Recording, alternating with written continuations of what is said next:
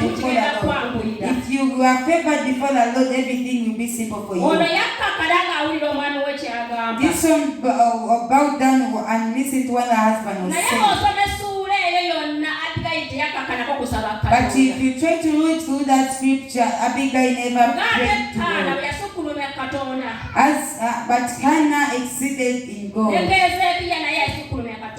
And even Hezekiah exalted the Lord.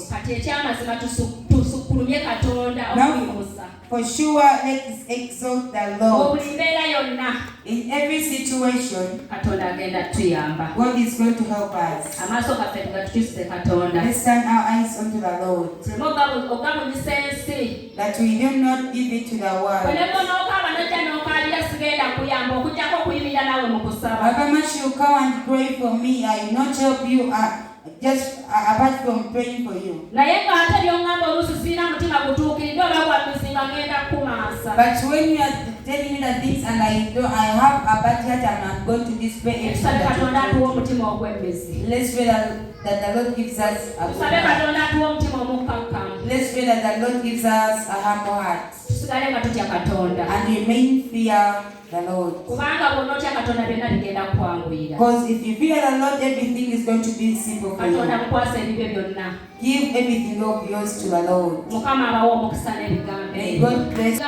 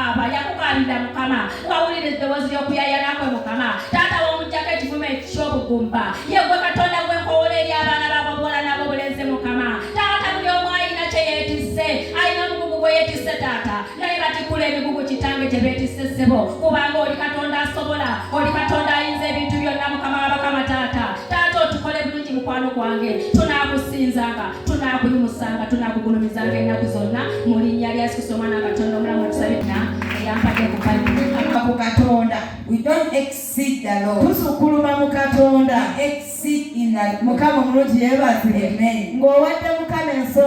When you give, you've given your issue. When you've raised up your faith. When you've taken all the branches that can stop you from moving. You are going to exceed in God. Amen. Bear a fruit of faith. Bear a fruit of heart. Then we are going to exceed in God. Hallelujah. Amen. I don't know what has been happening. I don't know the battle that you've been having. But God has spoken on us. Amen. Always roll it into the Lord. You are going to exceed. Hallelujah. Amen.